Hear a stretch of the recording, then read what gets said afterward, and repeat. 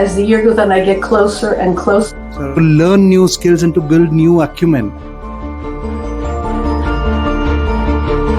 And we can always touch. It's not. When you get that, then you get a lot more excited about being around children. Normal, in a sense, with all of the changes, of course. Or how you can transform your own business. On developing the whole child, socially, emotionally. Traditional route of teaching young boys how to set boundaries, because this little victim here needs to know how to. Doing very well, so they use that term. Sometimes expanded them to go up to 40 minutes. All of those things in education, of course, those things are important. Student is going to our heads and our lungs. The affirmations in the mirror for about 2 minutes. What did you do in order to get yourself going? This is amazing. It happens, what seems to happen quite a bit in our school. For the families to come, and they... Is that really for the child, or is it for us, for the parent? And doing new things for our brain. Who's orchestrating everything in this universe? Which parts of the brain are used? Based on that map that we have. See you with your smiling face. Atul, thank you very much for allowing me to join you. Namaste to you, my friends.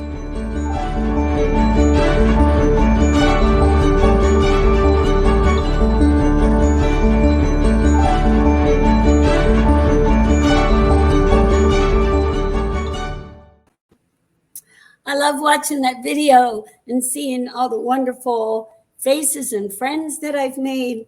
And as you and I were talking before it started, is from adversity sometimes grows opportunities. And I love that you and I, Nina, have gotten to know each other.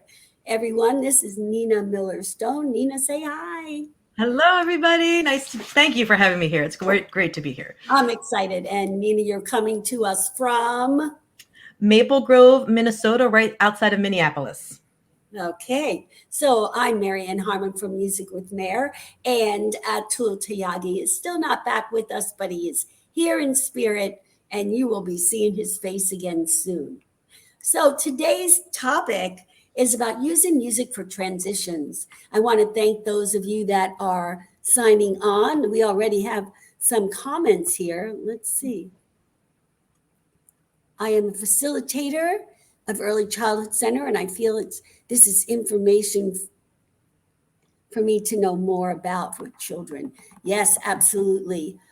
This is a topic that a lot of times I'll get asked if I could come do a workshop on this. And I used to think, how am I going to talk for 2 hours on transitions? And then when you get into it, wow.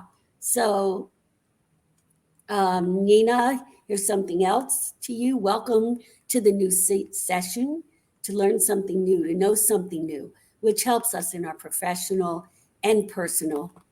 And that one I saw already. I'm surprised at how many have popped up already. It usually takes a while. And everyone that is signing on and sending hellos, if you could please put your name, because I cannot see your name. So hello, Miss Nina, but she doesn't know who's saying hello. But hello. Nina, here's a message from Atul. You are a bundle of joy. Enjoyed watching your YouTube channel. It's amazing. Thank you. Thank you. How sweet. It's so Debbie Clement. Exciting to pop in. It did take a while to get through the link. Oh, Debbie, you and technology. And here's someone else logging on. Okay, so I'm going to introduce you so all these people that are excited can actually hear you talking. So Nina Stone, also known as Miss Nina, is a Parents' Choice Award winner, of children's music artist, entertainer, educator, and creator of Miss Nina's weekly video show on YouTube. And congratulations, you are reaching your 10-year anniversary of your show. Yes. Awesome. She specializes in movement and music for preschoolers and the preschool classroom. She has a degree from NYU in educational theater and is a former professional dancer and former classroom preschool teacher. So you've been busy in the short 21 years you've been alive. Yes.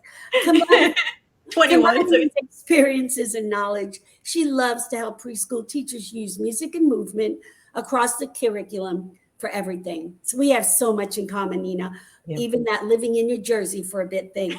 From classroom management to teaching early literacy skills and everything in between. She's passionate about helping young children, early childhood teachers, parents, special ability friends, and loves to help everyone have a joyful learning experience. You can find out more about her on her website, mymissnina.com. And let me see. Before we get started, there was one. Okay, so let's get right into this. Sure. Why do teachers think transitions are so difficult? Well, I think it's the key is it's a time of in the classroom that's typically unplanned. You know, we have all this wonderful knowledge, especially in the like toddler 2s and 3s. It might be a little bit easier in the 4s and 5s, just a smidge. But we know that children can't tell time, and so we typically have a schedule, a visual schedule in the classroom that helps them know, oh, first is circle time, and then is art, and then we have pictures of the teachers. We have all of that, and it's hugely helpful to let them know what comes next, what comes next, what comes next. But the times in between all those activities, moving from one to the next, for some teachers it can become mayhem or or just a breakdown. And I think that's just because, you know, the children are suddenly unanchored to an activity, right? And you may be able to speak to the brain and the psychology of what goes on there. But in my experience, just like all of a sudden, you know, they're no longer immersed in something right in front of them, whether it's a book, a toy, an activity, or whatever. They might know we're moving on to a new activity, but they all of a sudden it's like, what's happening? I miss mommy, or I have to go to the bathroom, or I'm hungry, or I want to hit you. You know, like there's any number of things. Yes. And all of a sudden you may have, you know, if you're a classroom teacher, maybe there's just 2 of you in there and you have 5 kids suddenly off the rails. It's really hard to move on to that next activity, and you kind of lose them, you know? And so I think that's one of a big lump of reasons why transitions are difficult. Yeah, you're exactly right. That was a wonderful, concise way of explaining it. And I think you made it really clear for people to understand. I just want to tell you that you have a shout out from Risa, who says, I didn't think I'd make it live. I'm happy to catch the spotlight. I'm a huge fan, Nina. Oh, Risa, I'm a huge fan of Risa as well. I feel like we are cut from wonderful. And saying it's great, especially for us to know more about children, especially learn about understanding what's going on. Yeah. Okay, so now that we know that that's that short time where we can lose their attention. It's why a lot of times I'll tell teachers when you're doing a song with them and you have the kids up there and they're jumping around and then you end the song, you've left them out there and they're going to make up stuff to do. Yeah. So it's really good when the song is over to bring them back so you have them focused. So why and how, if you would explain, does music help make transitions easier? Well, I'm going to tie it to, and this kind of ties into like strategies, but like I said, we don't tend to plan the transitions. We have a plan, we have a schedule, but we don't have a transition plan. And I think it's as important to have a routine of transitions as you do for your activities, so that almost every minute of your class is planned. And transition songs or musical activities are perfect for this, because you've got, you know, if you know that, you know, they come in the classroom and you're going to call them over to the, you know, circle time is first. Well, I know, let's do our, like, come on over to the carpet song, right? That's a transition. You're going to transition from playing to the carpet. Then after you do your circle time or whatever, we're going to go, it's time for art. I've got let's grab a smock song. And I use a song and everything just to change the dynamic from speaking voice to singing voice.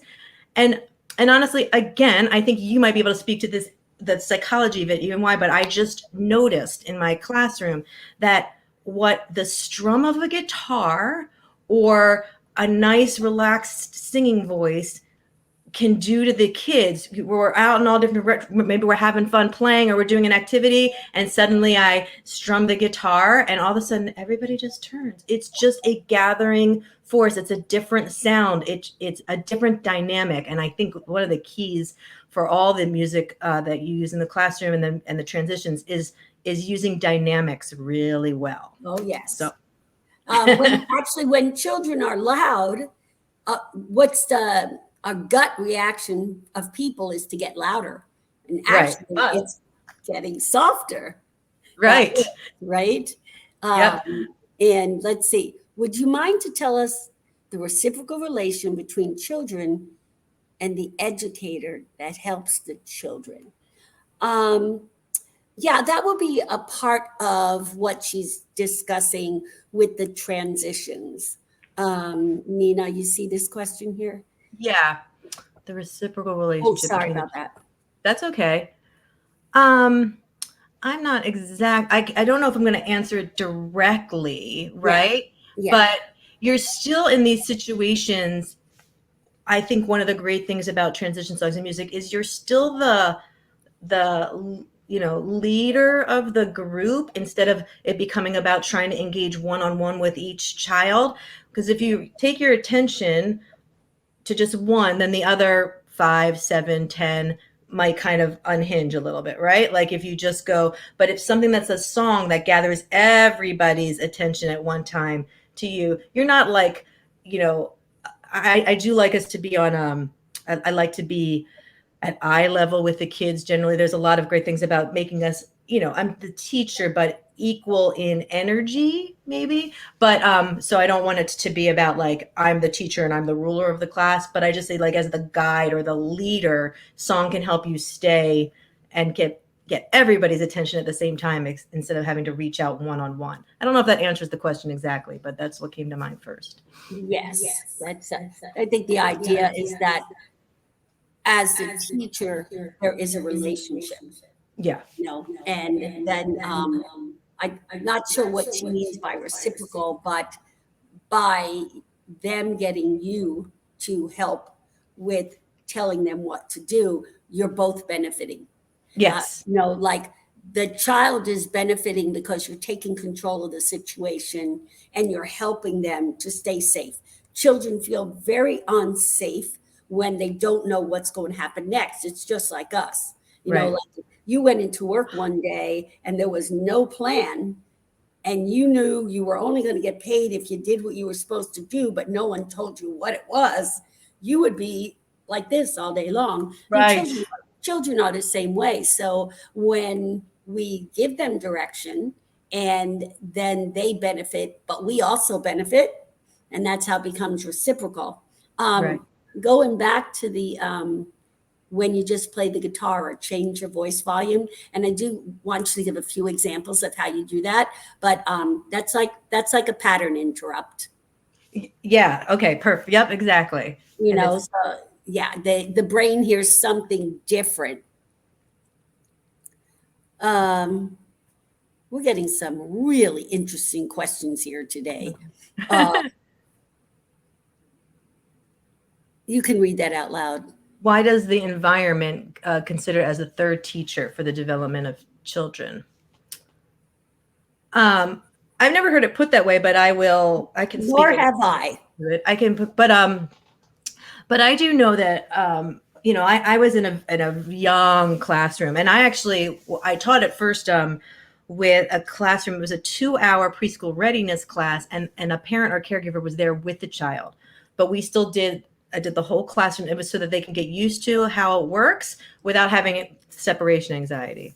But I'd always found about the environment that you're trying to set the child up for success at all times, instead of everything being like a no, don't do that, stop, you know what I mean? Which then adds for, again, I don't know if this is exactly what you're asking, but I just want school and the classroom to be an enjoyable environment for the children, and someplace they want to come back to and feel free to explore in. And you get to put the structures and the boundaries in there. But you want it to be an environment for playfulness. And when I say like set them up for success, like, I learned to do things, you don't want to, although it looks really great to put like the art project out on the table for when they come in the classroom, right?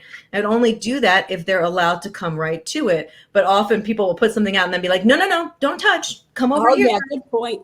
And you're like, who can deal with that?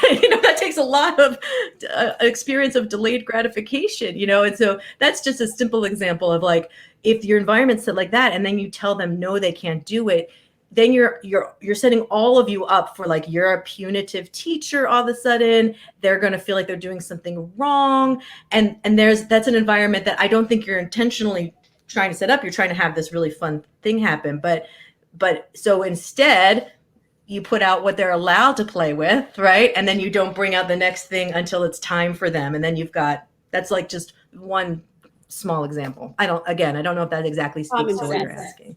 Yeah. Hello, Sana. Thank you for joining us.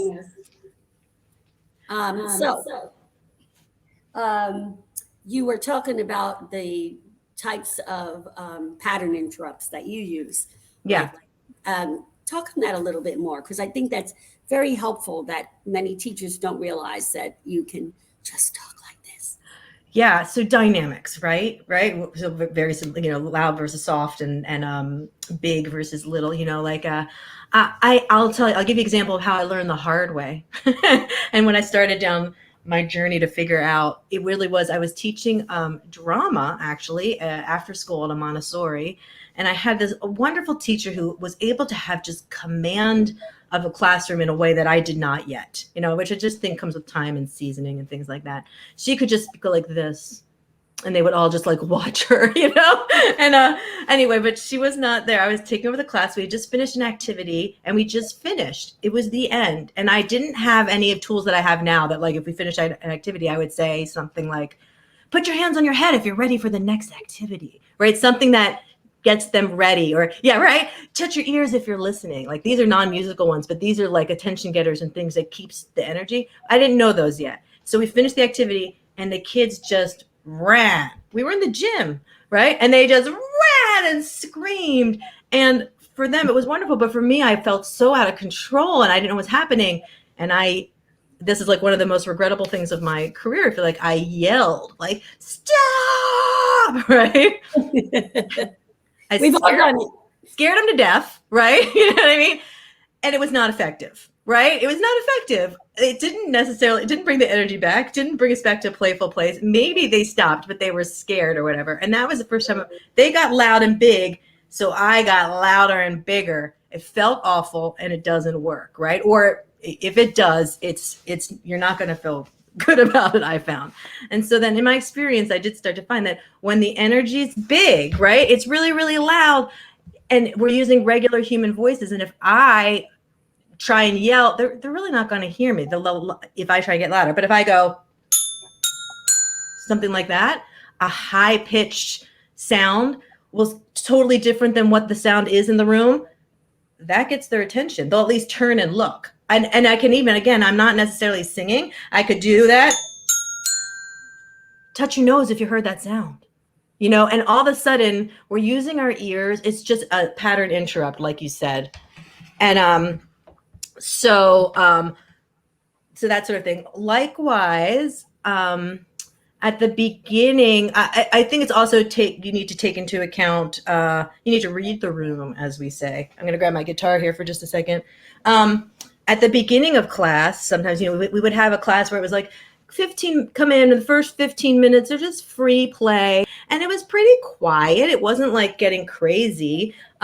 in that case, there's no need for me to suddenly start clapping my hands and going wild. I didn't need to do that, but simply strumming and over the carpet, and I'll say, come on over, come on over, come on over, everyone, come on over for some circle time fun.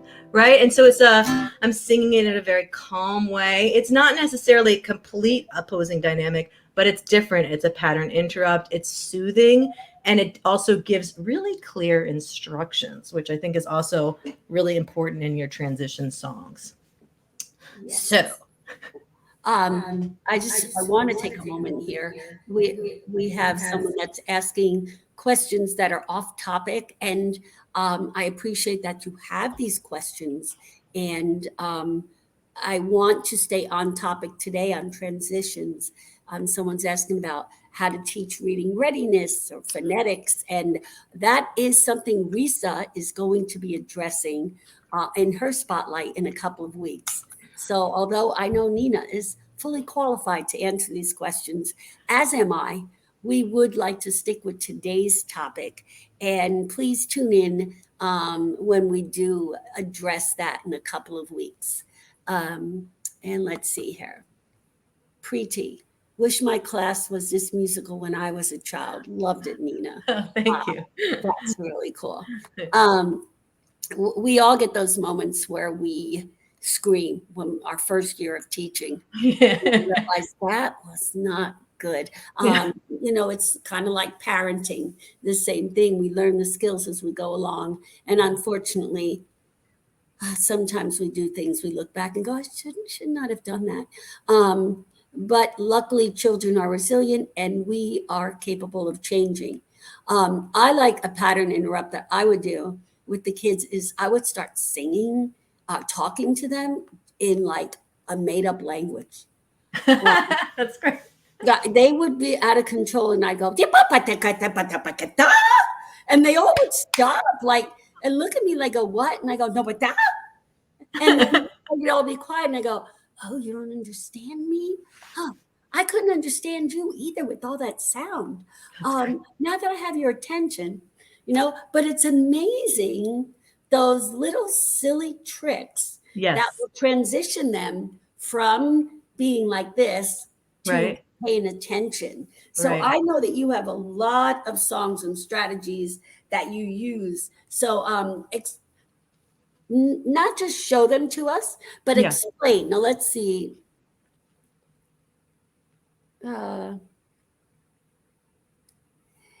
Again, loose materials and parts and etc. Those are things that we will discuss in another spotlight.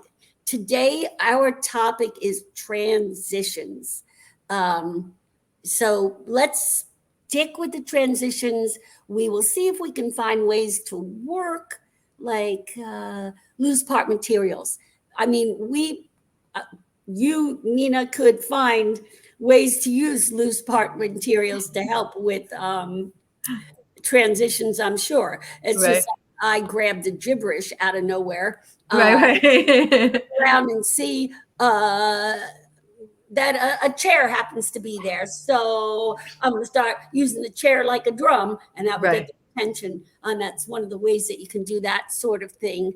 And Debbie, I talk in gibberish also often. I'm pretty fluent in it. So I'm from Jersey. Okay, so Nina, back to you here. I love that we're getting all these interruptions. This is phenomenal. It's great. So let's not just share the strategy, but the how to do the strategy, why to do the strategy. So that the people watching can use them and know how to use them properly. Well, so what I would say is, so if we're going to do, let's talk about songs specifically right now, because there are other ways to use music and sound like we just shared where you don't have to sing, but just for the moment, songs. Like I said, I think it's really important, especially for your youngest classes who are just maybe learning school or they really need routine, that you do use the same transition song at the same time every day. I know to you that sounds really boring, but it's like awesome for the kids, right? They will know what comes next. Even if you need to have a different cleanup song for after, their first playtime and a different cleanup song when it's the end of the day, And again, you don't necessarily, if you're not a singer, or you don't have to sing them, you might have it recorded somewhere, right? And you play, okay, it's time for this one. You have your whole playlist for your songs in class, right? You can use music without it being you, the singer. But if you are somebody and you want to come up with the songs, what I would say is for your transitions, it's really important that you have, again, different dynamics in your transition songs. You don't want to sing the exact same tune for every transition song. No. For instance, right? Happy and You Know It. It's amazing. You've got I have a list somewhere that, because I'm trying to make this into more of a talk for some other time. This is the beginning of it for sure. But all these nursery rhyme songs, typical ones like Happy and You Know It, Farmer in the Dell, Clementine. These are all tunes that children start hearing almost as soon as they're born, right? They're like, they're in the toys, and they're kind of everywhere. So they know them already. Maybe they know them from home, from you singing ABCs, Bad Bad Black Sheep, that sort of thing. So these tunes as transition songs are very comforting, right? And like you said, they tend to, it can feel really scary, in between when they don't know what's happening. But a song that's one recognizes, I don't know if that's happened to you. It happened to me all my life. Like in school, all of a sudden we hear like a pop song in 5th grade, and I'm like, I feel so myself right now. I feel like, like there's just some sort of real grounding and comfort in a familiar tune. So using these familiar tunes is really important, right? So again, for instance, Happy and You Know It. Like I would have between my when it was time for art, we would sing, if you want to grab a smock, if you want to do some art, grab a smock and have a seat. If you want to do some art, grab a smock and have a seat. If you want to do some art, if you want to do some art, if you want to do some art, grab a smock and have a seat at the table. And it was that simple, right? But if for my next transition, I used Happy and You Know It again, it would start getting confusing, and the whole class sounds the same, right? So so after art, I might be like, let's say we're gonna I don't know, get ready to go outside. Like I would sing, let's all go get our jackets. Let's all go get our jackets. Let's all go get our jackets and line up at the door. Totally different tune, right? And motivational. What'd you say? And motivational. And motivational, exactly. So, and especially, it does get a little more like peppy because we're going to go outside and do something, right? So I think it's super important to use different tunes for each transition, and different pitches. I had two of my favorite people in the world who taught in a classroom next to me, right? But it was so funny because they would start to sing the cleanup song, right? We might all be familiar with It's Cleanup Time, everybody. It's cleanup time, everyone. I don't know if you're familiar with that one, but they would, okay, I'll sing it, but they would very low, very slow. It's cleanup time, everybody. It's clean. Yeah. And it was like, oh my God, and so it was like, oh, we need to maybe take it up a little bit or make it a little faster or something, because they were always using it. I don't know how effective it was in their classroom, but again, so different tunes for each transition. Again, you can go back to some of them. I would use Happy and You Know It again later for put your backs against the wall. When we were lining up to go somewhere, and we put our backs against the wall, put your backs against the wall, and stand up nice and tall, put your backs against the wall, right? So that's Happy and You Know It again. But it's way much further down in the class than the last time I used Happy and You Know It. And I would say, I don't know if I'm going all over the place there, but no, it's fine. Okay. This might help. Sorry, unless you had a thought you were completing. Okay. Preeti had this question. I would love to know a few ideas, especially for the time when children come back to the class from the play area. Okay, sure. So from the playing outside, right? Okay, so all of these things kind of depends on, are you bringing them back inside or is somebody else bringing them, right? If it's from outside, again, you have to kind of gauge, because the energy is a little high probably, and if you got to find between where your energy is. But there's a great song called Do As I'm Doing. It's like a music class song, and it goes, do as I'm doing and follow me, do as I'm doing and follow me, right? And you can change it any way you want. So I would say, do as I'm doing and march to the carpet with me. Do as I'm doing and march to the carpet with me. Or use your marching feet and have them follow you, right? Over to the carpet. And then you could just change and sit down on your spot or something at the end to have them. So you've got the song, you've got sort of a spirited song that gathers the energy and has instructions to where you want to take them. And I will just interject here right here. One thing that came to my mind was, when you can make up these transition songs certainly on your own. You've got the tune and the only ingredients you need. It doesn't even have to rhyme. If it does, fantastic. But it just has to have very clear instructions and be repetitive, because keep it simple, right? So put your backs against the wall, clear, right? That's all they have to do. Or, if you want to do some art, grab a smock. I had a box of smocks, so grab a smock and have a seat.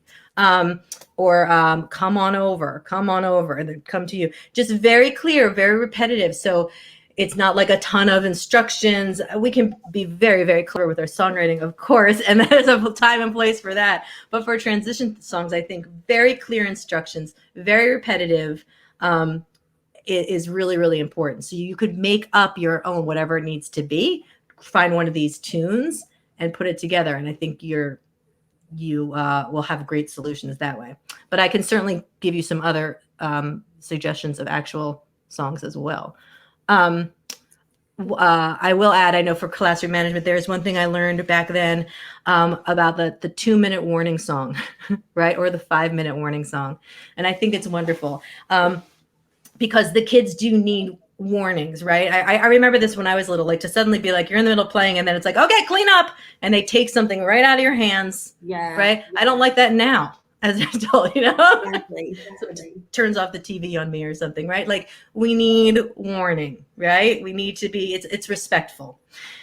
So this very simple song where we say, I looked at my clock or watch. I looked at my watch and what did it say? 5 more minutes for us to play. And then you just have to be really good about making sure it's 5 minutes so that they learn the value of time, instead of what we tend to do as parents when we're like, 10 more minutes. And then you keep talking to your friend. And then, oh, yeah. Yeah.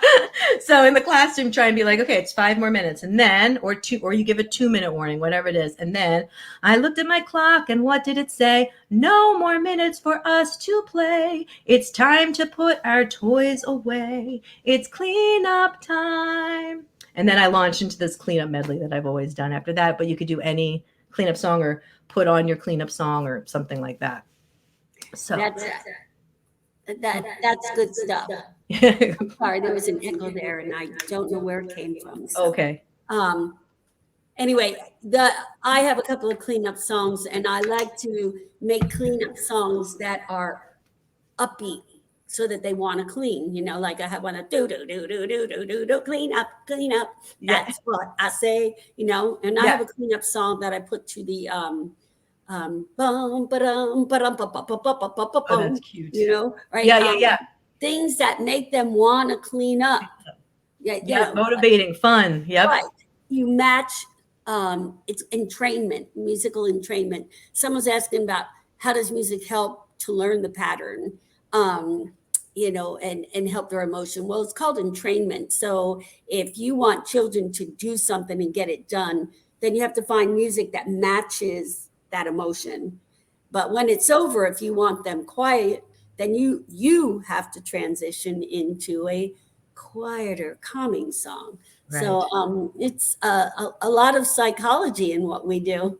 Yeah. And the repetition of it too is, it's not going to happen your first day of class that they all get it, right? If you're doing it, right?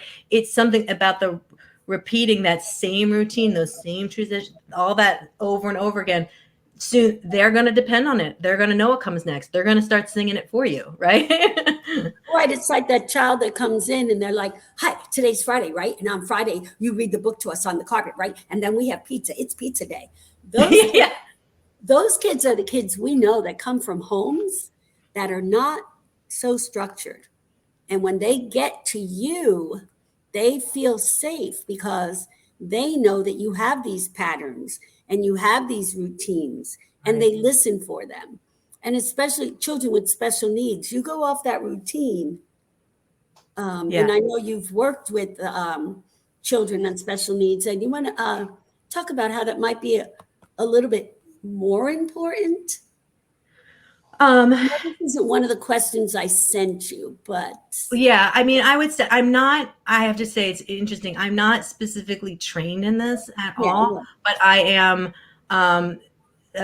Children and families of children with special needs have been drawn to me and I to them. And so I do work with them a lot. And so it would just be experience right now telling you that, that yes, they, not only are they dealing with life on life's terms as we all are, which can be out of control and unpredictable, their own bodies can be out of their control and unpredictable, right? It's which I mean is unsettling, right, for anybody. And so to have these very specific, they know what comes next, they know what we do, they know what's coming, is so reassuring and soothing to them. Also, makes you and either your class or your session a really safe space for them to be themselves, which is huge, huge. I would say. I don't. Do you have more to say to that? I don't necessarily have anything like technically to say, but that's mine. I learned that the same way you did. Yeah. I did not have training in special ed at first, although I have some now. But you follow the child's lead. Yeah. And that's what last week's talk, following the leader, and the leader is the child. So it's important that for children whose lives are already unpredictable, that we make sure we do stick to our routines and that we do have those transition signals so they know. And I know that there's some that are non-musical or, like you said, without singing. The bells, the glockenspiel used to before, but there's a couple of others I'm sure that are non-singing. Sure, for transitions or what have you, right? And I guess some people call these attention getters, right? Because there's that too, right? You want to either get their attention or keep their attention. And so a lot of you know these, and they might be with speech, or they might just be rhythm, right? So you might first have to tell them, when I clap 3 times, you clap 3 times. If you hear me clap 3 times, you clap 3 times. So you go, and so you practice that at first, and then that can become one of your attention getters before you transition, right? Like you're in the middle of whatever and you go, and then they do it too, right? So that's using rhythm is one way. Or like you said, using, I call it dramatics. You did gibberish, right? Suddenly going, oh my, and just to yourself. I mean, this is the principle of this is the principle of my mother eating an apple, right? I used to I never wanted to eat an apple till my mother sat there enjoying one by herself, and then you're like, that sounds so crunchy and good, Yes. If she offered it to me, I wouldn't want it, but she's eating it. Or some people say they want to get their kid to play music. They won't play music. They sit down themselves to play the piano. The kid's over there. So there's I suddenly look up at the ceiling, or maybe I just start tiptoeing over somewhere, or I just use my attention somewhere in a quiet way, and one kid notices and another kid notices, and you'll get everyone's attention because it's where you put your focus, they'll put their focus. So absolutely. Yeah. That's a good one. That's a good one. Using familiar tunes, I clap my hands and I sing, "Will you be quiet?" Yes, ma'am. Right? Sometimes after they say yes, ma'am, they start talking again. But a couple. I really meant it. Okay. but being silly about it too, not just being, I said be quiet now, but to be silly. I said be quiet. And then they realize that, oh, she's being playful. And then when you have your attention, you transition to letting them know, and I'm also being serious, Right. Let's see. Marianne, your experience is inspiring. It's awesome how you share an example for any situation. Thank you. Thank you, Preeti. And back when she was saying to you, that's fantastic. Thank you, Nina. So Preeti is enjoying these suggestions that we are both sharing, and important, that you brought up the point that it doesn't have to always be singing. It could be clapping or drama. I love how you use the drama because nobody wants to miss out on something. Right. So if you're going, what? Right. Or even things like put something behind your back. They want to know what's behind your back, even if there ends up being nothing behind, put something behind your back, put on a hat. Yes. You know what I mean? Open a drawer and go. Yeah. All kinds of ways that they're like, what? And then you can be like, and it's just these nonverbal, quiet instructions that if you're using the dramatics, really brings them in. We all love drama. Yeah, I love your example about the apple. That's exactly what happens. It's better to do something than to try to talk somebody into it. Right. They see you having fun, which that brings me to an important point, is that transition times don't happen just in school. Yeah. They happen at home. And I know another thing we have in common is our daughters were a lot of our inspiration. And also for lack of a better word, our laboratory. Yeah, for sure. You try out on your own child and you're like, yes, that'll work. Yeah. And you try it on your own child and you're like, what went wrong? And sometimes she would tell me, Mom, no kid would do that. Not just as a teacher, but these are things that could be done at home as a parent. Yeah, one might even say they would work on a spouse. Oh, yeah. Take out the garbage right now. So let's talk about, how a practical use of transitions, even in the home. And that when we're doing them at home, it's almost like a laboratory so that we could get more comfortable in the classroom. So I remember to Piper, I'm the type of person that, like, me and my sisters, you hear like somebody says a phrase, and if it's a song from like an old 70s song, we're like, we start singing the whole song. Like, so, so I turn everything into a song anyway, not necessarily my own, but I turn almost everything. And I remember having to change, my daughter's name is Piper, and having to change her diaper. And I'd be like, it's diaper time. It's diaper time. Just like, I would just take anything, and use it. But I started using it kind of repeatedly, like not for everything. I definitely was not as organized at my home as I was in my classroom. Nina, 1 second. You're saying that and it makes me laugh because I used to, it's time to burp, let out that gas. It's time. Yeah. Like anything. But I know this is talking about an entirely different person, but I don't know if you're familiar with Verid, and she has her company's called Baby in Tune. I can't remember her last name. It starts with a B. I don't know how to say it.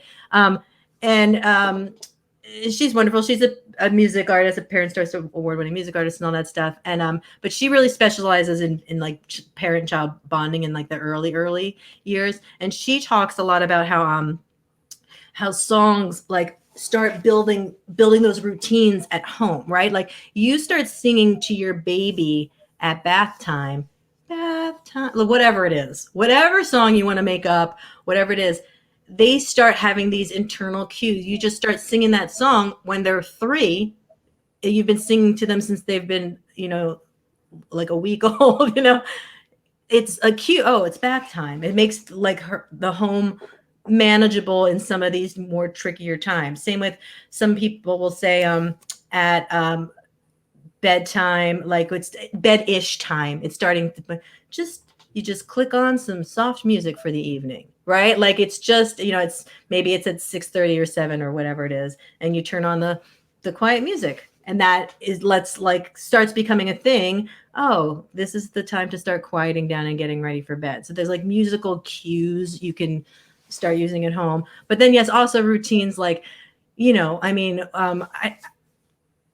everybody struggles with putting on the shoes and socks, right? Like,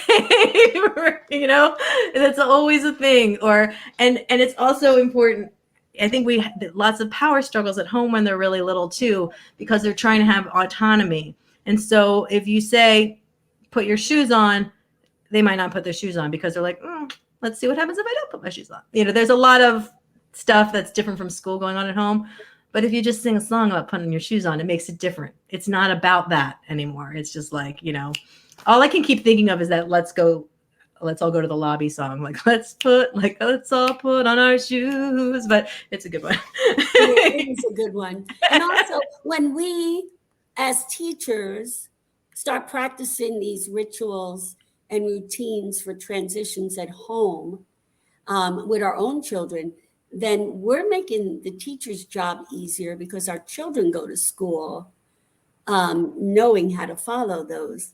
Of course, those of us, not that it's happened to me, might get phone calls about why does your child sing every time I give it a command? Hey, time for recess. It's time for recess. It's time for recess. That was my daughter, That's funny. They model us. Yeah. So, anyway, I don't know if anyone has any more questions about transitions. We're getting near the end of our time. I'm sure Nina and I could just keep right on talking because there's just so much that you learn naturally as you're going along. And just always consider, do this for a moment, always consider, how would I feel if I was the child? And you made such a good point about timing and not just going, okay, put that away, time to go. And Peter Alsop has a really good song. He's another one of our eminent speakers here. And he has a good song called My Clock. And it's about a child saying, you have a clock, but I have my own clock. And what you might say, let's go, but on my clock, I'm not there yet. Right. And it's put in such simple child terms. It's one of the things I love about Peter's music, so that understand this always more for adults than for children. Yeah. Understand where the child is at. I know that a lot of times we go over and we see children who've been spending like almost an hour building something, and we walk over and go, okay, time for lunch, let's go. Right. Okay, especially boys, and I'm not being sexist, but boys want you to recognize their work. Mm-hmm. Girls want you to tell you how you feel about it. Yes. I love the colors. Okay. But you need to stop and say, wow, tell me what you built here. Mm-hmm. And not saying, I love what you did. Oh, look at, but say, tell me what you did and tell me why'd you do it? It looks like you had fun. After you've done that, then you can say, we're going to be going to lunch soon. I need you to break this down and put it away. Would you like me to take a picture before you do that? Right. Right? Then that little brain's going to go, I love this woman. She validated my work. I would do anything for her, Right. And that's the thing you have to remember. If you were working on a project and your boss just came over and said, time's up. Right.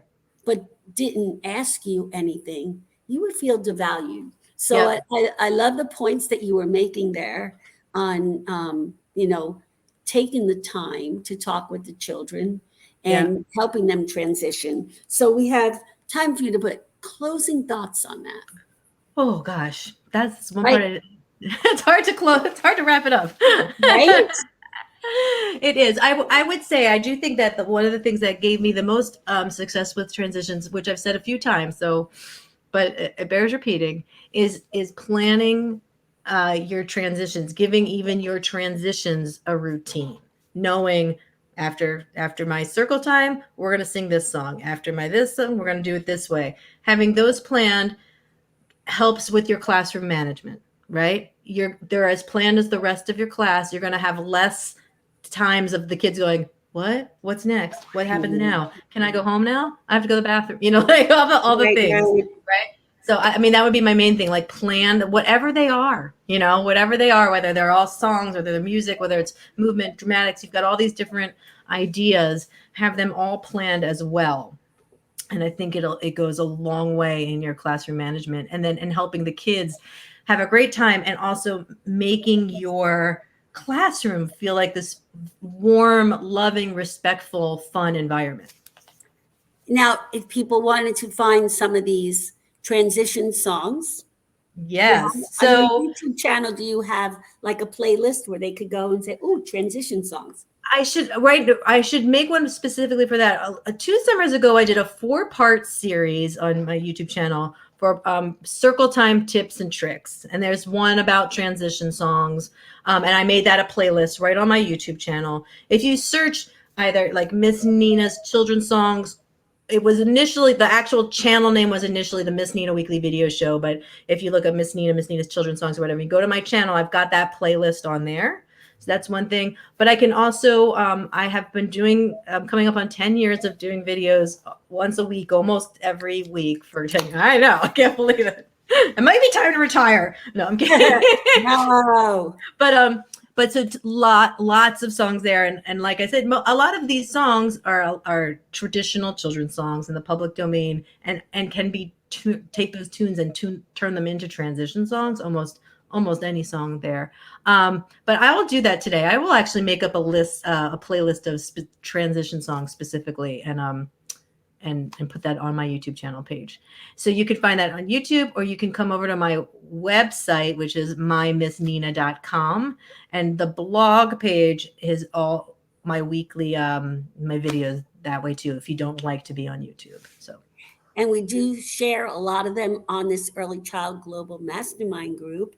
I would like to just add one, of course, brain fact about those songs that are piggyback songs. Mm-hmm. Because the brain already knows the melody, the part of the brain that has to focus on the melody doesn't have to focus as much because it knows. So it can give some attention to the lyrics and the messaging.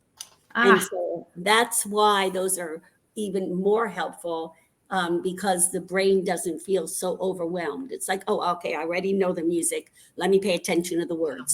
So, yeah. So that's there you go. That's why they work. I didn't know the why. I just knew they did. That's my brain tip for today.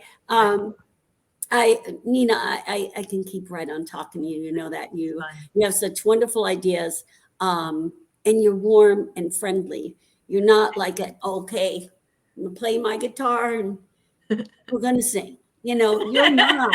You're like, what are we doing today? And there's so many in this group that are like that. Like Risa and Debbie and Carol and Ellen, Liz. We're all like, you engage the kids, but your smile is so special. Thank you. Oh, thank you, Mary. And I want to thank you for being here today. I want to thank everyone for all your input and questions. And for those of you that had some questions that were a little bit off topic, we tried to cover it a little bit if we could, but I do encourage you, if you're interested in the reading, listen when Risa does hers on connecting music with literacy. Nina, Debbie's saying we are the Mutual Admiration Society. Indeed. Yes, that we are. So we all work together, complimenting one each other. And by that, I don't mean going, oh, you're wonderful. I mean complimenting because you do your right. And I'm so happy to have gotten to meet you. Thank you, Atul, for giving us this ability to share. And what we're going to do now is say bye. Unless anybody has a last minute comment or question, we are going to sign off. All right. Bye, everyone.